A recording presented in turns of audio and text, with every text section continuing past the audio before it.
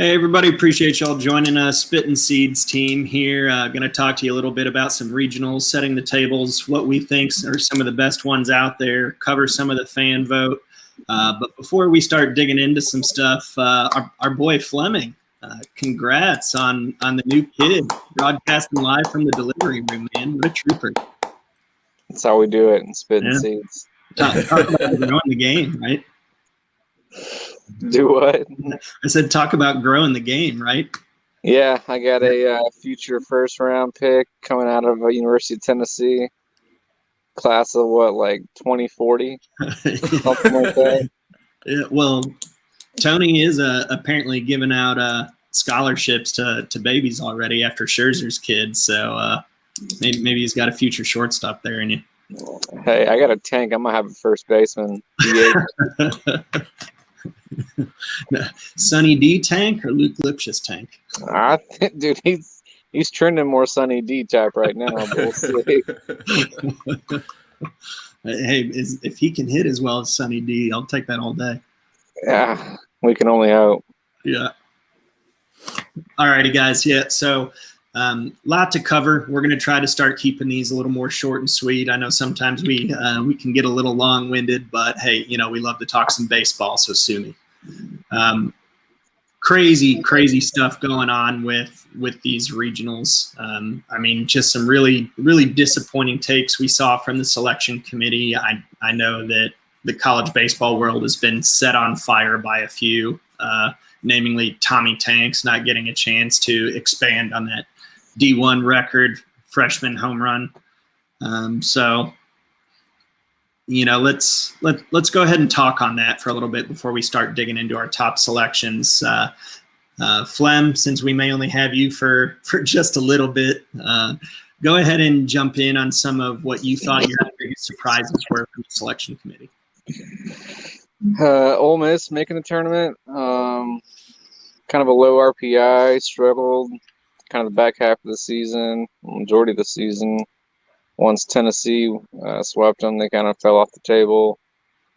That was a surprise to me. I think Rutgers not making it. They had like 45 wins or so. Second in the Big Ten, didn't make it. And then obviously the NC State snub was probably the biggest at 33 RPI. Don't check me on that. I haven't. Yeah, it was 33. Too much. Made the ACC championship game. Have one of the most dynamic freshmen in the country, and obviously the run they went on last year to Omaha. I felt like the committee should have kind of given them a little boost, but it is what it is, and I disagree with those three teams not making it. And you could even make a case for like a Kentucky or an Alabama. Just given the conference they play in, but it's how it all shook out.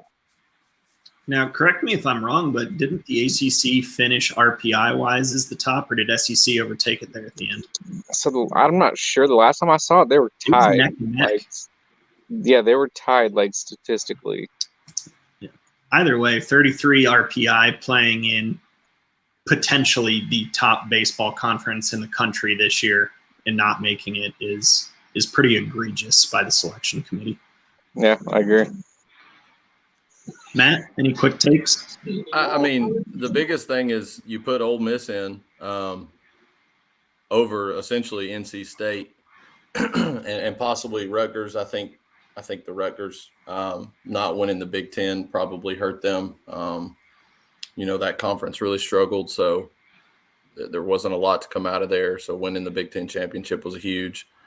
But Ole Miss, 32-22, 14-16 in the conference, weren't really playing their best ball. I don't know if sweeping LSU meant that much. It may have. But for NC State to get snubbed and for Ole Miss to get in over them is probably wrong. Especially like Flynn mentioned, last year you get eliminated from the College World Series because of COVID. And I'm pretty sure they had enough to play. It may not have been pretty, but, they still battled with Vanderbilt and gave them everything they wanted. So it kind of sucks to not see those guys there. Like you talked about, Tommy Tanks, see what kind of see what kind of season he could have ended on, how many home runs he could have got. But it's what we have. It's the field, so we'll roll with it. Amen. Either way, I get to watch more baseball, so I'm good with it. And they gave me some ammo to talk about, so I'm good with that too. Let's go ahead and jump right into this. Once again, the other part of the selection process is where all these teams are going. Man, and year after year, it just seems like there's a few teams that get the shaft, and there's definitely some where it definitely makes you scratch your head a little bit. I got a 5 for myself. I'll go ahead and pull them up here for you real quick so all those watching can see them. So my top 5 regionals that I have as far as difficulty overall is going to be that Auburn. I mean, Auburn, UCLA, Florida State, I mean, arguably some of the best pitching out there. I mean, I just don't see how they were able to combine all of those teams into that matchup, especially that much travel for UCLA. Granted, they are one of the blue bloods to where they can afford to do travel like that, but to not keep them a little bit closer to home. And the thought behind sending Vandy out towards Oregon State, I mean, maybe they just didn't want to have UCLA play Oregon State right back. But to me, for schools that still aren't necessarily drawing a profit, you'd think that they would still try to do that a little bit more. So that was just something I thought was pretty interesting. But, man, that's a murderer's row. That's got to be the number one power regional. After that, I got the Statesboro. I mean, 16, though, I mean, you kind of expect that one to be a little more difficult, a little more close. But Georgia Southern, Notre Dame, Texas Tech, I mean, you have all 3 teams that were there fighting to host towards the end. That's just a tough call. I mean, anybody coming out of that one is just going to be a crapshoot. I mean, Georgia Southern been top 10 in RPI all season. Notre Dame, we have our own thoughts about with how many canceled games and stuff that they had. Texas Tech is Texas Tech. I mean, they're just a consistent ball club. I mean, Big 12 kind of ate each other up the rest over the course of the season. So, I mean, it just seemed like anybody was taking anybody then. But Coral Gables, Miami, Arizona, Ole Miss. I mean, even though Ole Miss shouldn't have made it into the tournament, I would not be surprised one bit if that Ole Miss team ended up making a run, getting to a super regional, or even stumbling their way into Omaha if they get hot. I mean, Tim Elko's an absolute superhero.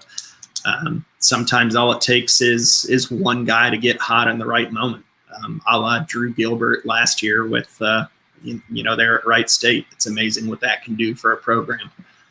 So it's tough to see how that one's going to shake out. Gainesville next. I mean, Florida, Oklahoma, and Liberty. I mean, Liberty took a series from Florida earlier this year down in Gainesville towards the beginning of the season. Florida without Hunter Barco is, pretty sketchy. They made an awesome run through the SEC tournament to be able to get there. Really ended up making that championship game look a little bit closer than what it really was at 8-5 against Tennessee.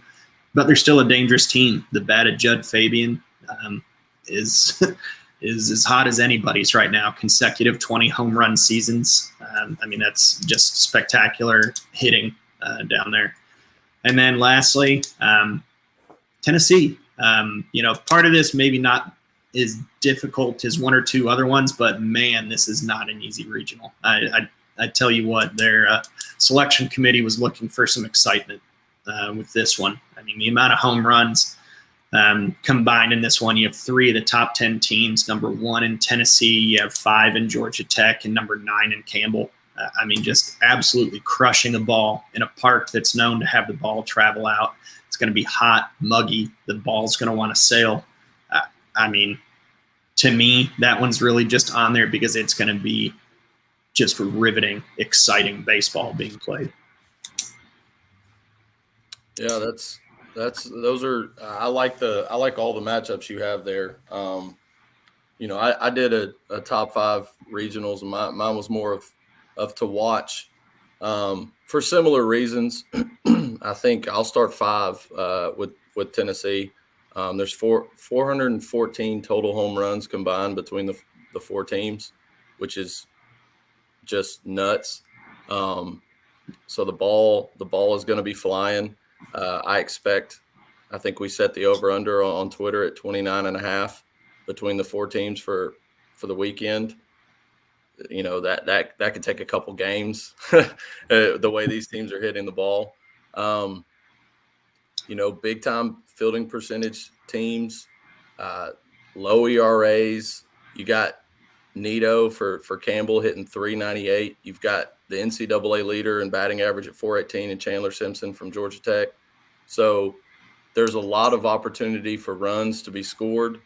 It's all going to come down to the pitching in that regional. Tennessee has the better pitching. So we'll see how it shakes up. I think, unfortunately, Alabama State's just kind of in the way in that regional, so that's going to be tough for them. But, you know, good for them for making it. Number 4, I've got Statesboro, simply because Georgia Southern kind of got a raw deal with Notre Dame and Texas Tech in the same spot. It helps that Notre Dame and Tech are going to be squaring off in their first game. So there's an opportunity maybe for the best pitching to not be available for who comes out of that. I do actually, this might sound crazy, I think UNC Greensboro takes Georgia Southern in game 1. Both teams have high ERAs. Hey, I'll live with it. It's not the kiss of death from you, but I'll take it. You know, both high ERAs and pitching staff. UNC Greensboro's got a slight advantage in batting average, but not much. They're pretty equal. So I actually think UNC Greensboro takes that first game, but I actually think Texas Tech as the 3 seed's going to come out of there. I just don't know if Georgia Southern and Greensboro have the firepower that's needed to take down Notre Dame and Tech. I think Notre Dame's rested with all the games they've missed. 3 for me is going to be College Station, and it's purely because Schloss is playing his old team in TCU. I think that was 100% intentional to put TCU and A&M in the same regional. I mean, that's right down the road. It's not far. That should be a wild one. Louisiana could be sneaky in that regional, depending on how they catch and who they catch those teams, what games, and who's pitching. But I ultimately think A&M is going to come out of it. 2 for me, as an LSU guy, it's got to be Hattiesburg. I'm excited to see possibly the worst defensive team that LSU's maybe ever fielded. No pun intended there. But they also get hit by pitch all the time. We're coming for that record. I think somebody else is at 124. I can't remember who it is. So they're only 6 away from that 130 record. But, yeah, you know, the interesting thing with LSU is going to be Barry and Doty. How have their injuries healed, and how has that time off, which I think was necessary for LSU, for those guys to be available in the postseason, to miss the SEC tournament, which I think was maybe taken into consideration a little bit. Maybe not so much because there was a possibility of a host spot, but we'll take it. We'll go to Southern Miss. It's not that far. It's right down the road. And I think somebody mentioned it the other night. It is going to be tough to get a ticket there for that game. There's only like 4,000 seats. I'm interested to see if they maybe do something like Tennessee did last year and bring in some extra bleachers. You'd be dumb not to, because you know LSU is going to show up. So that's my number 2. Number 1's Auburn for the same reasons you said. That might be the toughest regional in the whole country. To have Auburn, UCLA, and Florida State all in the same regional is insane. Florida State's arguably got one of the best pitchers in the country in Parker Messick. Auburn's they've kind of just moseyed along. They've played really well, but they've moseyed along kind of the SEC and navigated a way to where they could host, led by Sonny DeShera, obviously. Might be one of the better fielding regionals we've seen, with 3 of the 4 at 97 or better. Southeastern Louisiana, actually, that's who the team was that leads the country in hit by pitches at 124. So there might be a little bit of of a competition going on between the Louisiana schools. Something in the water down there in the bayou? Yeah, it is. It's clearly we just like to get hit for whatever reason. We set the record with 10 in one game not too long ago. Flynn I was texting y'all, and Flynn was giving me a hard time. Like, you're not getting that record. And I just kept like, yeah, well, we're coming for it because it's happening. Pearson gets hit 3 times, I think. So that's my 5. I have a little bit different reasoning for mine. Mine's just ones to watch, not necessarily toughest, which is fine. But for the same reasons that you had for the reasoning I had mine. So there's a lot of fun that we got coming up on Friday. Yeah, for sure. So some of you, I guess hopefully everybody that's listening also follows us on Twitter. If not, go check us out. We have some great content. We actually put out a poll for all of our regionals just to see what the fans thought, who they thought was going to take each one. We went ahead and put up some of those results. We'd like to talk about at least. We did the top 5 closest that we wanted to bring up here. So in no particular order, the 5 closest regionals that we have as far as who's projected to come out by our fans are Auburn, Coral Gables, Statesboro, College Park, and Greenville. And the College Park and Greenville ones aren't ones that we really touched on, guys, as far as, our top ones to watch. But they're, if we did a 6 and 7, they'd be right there for me. I mean, you look at that College Park regional, you got, Maryland, Wake Forest, UConn. I mean, UConn and Maryland have been ranked pretty much all year, very consistent teams. UConn kind of tanked it there a little bit towards the end, getting swept. Wake Forest, lit the college baseball world on fire to start the season, was leading the country in home runs for a while. Rhett Lauder, ACC Pitcher of the Year. Maryland, dude, had the 34th perfect game in college baseball history. There are a few betting sites that actually have identical percentage chances for Wake Forest to come out as Maryland to come out for them hosting. I mean, we could argue that's one of the more difficult ones for sure. Definitely tough for some Northern ball up there. Yeah, actually, go ahead, Flynn. Where'd you cut out? I'm here. There's just stuff going on in the room. You're good. Well, another one, the Greenville one. Eastern Carolina, Virginia, Coastal Carolina. That was one that obviously the fans voted for as being a very pivotal series. Virginia was one of the most consistent teams in the country up until 3/4 of the way through the season, and then just decided to run into a brick wall. No idea what was going on there. Eastern Carolina, one of the all-time great mid-major programs that just hasn't been able to get everything done yet. Coastal Carolina, pretty much the staple of mid-majors in recent memory, coming out and winning that title. You got some great, exciting baseball coming out of there. Really, it's anybody's game. It should be UVA's, but are they going to want to jump up and actually take that? I think the important piece for Virginia is Brian O'Connor. Been there, done that multiple times. Yeah. I think that's a team, because of how good they were to start and then the slowdown that they had, could be a dangerous team that nobody's really talking about. It's still Virginia baseball, but there's not been a lot of hype around that, because I think a lot of people have kind of written them off as, well, what they were from, about 3/4 of the season to the end is just who they are.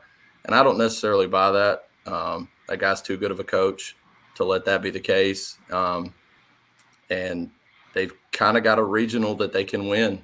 They can go in there and take that. I don't know if they will, just because of how the season has kind of gone for them, but it's kind of like Ole Miss. If you look up in Omaha in a couple weeks and you see Virginia's symbol up there, are you going to be surprised? Not at all. No, I definitely won't. I mean, and then Virginia, just like we were talking about with the potential for like Tim Elko or somebody just to get hot. I mean, Jake Geloff for Virginia. I mean, been one of the hottest bats in the country. I mean, as far as hitting the long ball. I mean, as the weather starts to heat up, I mean, it's projected to be pretty hot coming into this weekend. I mean, the ball might soar. So I mean, there's no telling. But East Carolina, and correct me if I'm wrong, aren't they going into regionals with the longest winning streak in the country at like 18? Is that I want to say that's right. I mean, I definitely could be mistaken, but I wanted to say that was them. If that's not right there, then it's pretty dadgum close. I mean, they're 42-18. They just always play good baseball. Yeah, winning streak of 18. And I mean, some of the betting sites have East Carolina projected at 40% to win, Coastal Carolina at 36%, and Virginia at 24%. So, man, that's to me, that's not what I would have thought.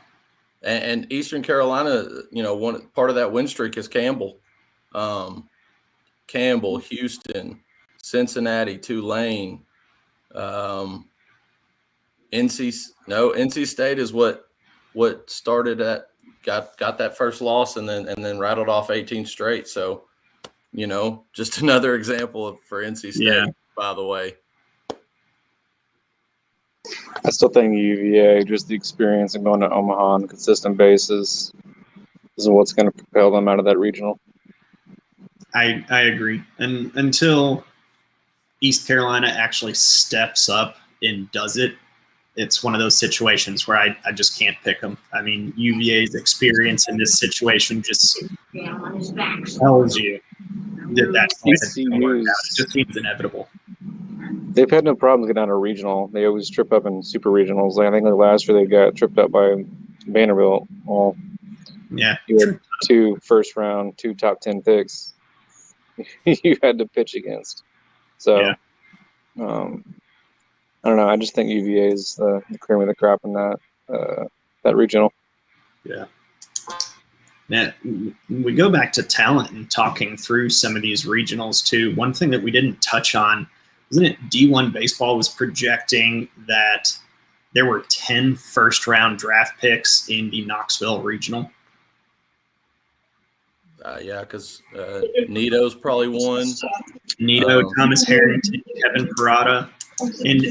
But what I can't remember is if they were going into 2023 or if it was just they listed 2023 for the LSU series. They did not because of Cruz and Morgan.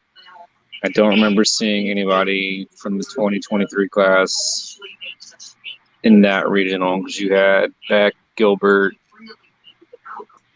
Joyce, did well, and Lipscomb kind of round out, and Gilbert to round out like the top 10. Yeah, I mean, so you want to talk about talent? I mean, that's a lot. Things that are going to get over. So I mean, regional wise, once again, this is all stuff that we could sit and talk about all night. We're I would be really shocked if Tennessee doesn't come out of that one.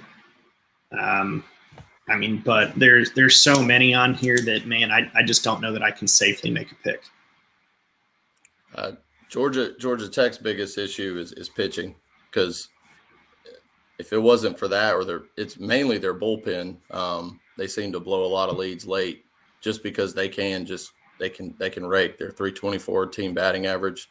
So that's a team that, if pitching got right, could be a problem for Tennessee as well as others throughout the rest of the tournament. But if you've kind of been that way all year, I don't see you flipping that switch that quick against the number one team in the country or another team like Campbell in a regional. So, and Campbell, I mean, you got to think they're going to throw Thomas Harrington first against Georgia Tech. You got to get game one. You got to get game one. But then what? Their number 2 guy, is Cade Cooler, and he pitched back-to-back games in the Big South tournament. So I mean, you wonder if his arm's gonna. I mean, obviously he's going to go pitch, but you wonder if it may be a little dead. You know what I mean? He pitched 117 pitches in the first game and then came back and pitched the very next day. It's going to be the most important thing with that is going to be the stress of those games. You know, how stressful were those innings? How stressful were those pitches? That's going to be the big signal of how he's going to rebound from it. I'm trying to look to see. Yeah, there he is, Cade Cooler. So he's 4-5. You know, he's thrown 77 innings, second most on the team. So there's some wear and tear there. It's good that, you know, you've got a week. You still got some time that you could rest up. I don't think that he pitches 2 days in a row if there's not some conversation with the coach or not knowing whether or not he can do that. So I doubt it's just like, oh, we got to go win this. We got to bring him in. I don't think that's the case. No. Yeah, and I'm definitely not insinuating that. Definitely. No, for sure. I think that honest, there is not an athlete out there that wouldn't say for the championship, give me the damn ball. Yeah. So I think that is probably indicative of maybe he's got, you know, a rubber type arm, as they call it, where a guy can just go out there and throw day in and day out. I was never one of those guys. You know, I could barely move the next day, but some guys can do it for whatever reason.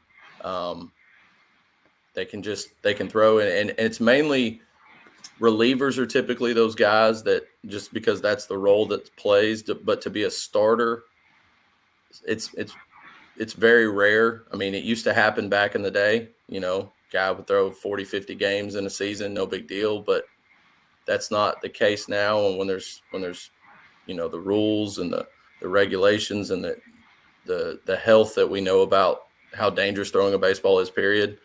But, you know, maybe he's one of those guys. Maybe he's got a rubber arm. I mean, we'll find out this weekend. Yep. Yeah, it'll be great. So a couple things for this weekend too. Obviously, our guys here, we all live in Knoxville. We're doing a Spit and Seeds tailgate, more than likely Saturday. For some of the games, got some Chinook Seedery giveaway. Shout out to Chinook. Thank you so much for making a bunch of this possible. We absolutely love being able to spit seeds, obviously, and tough to do without the best seeds ever.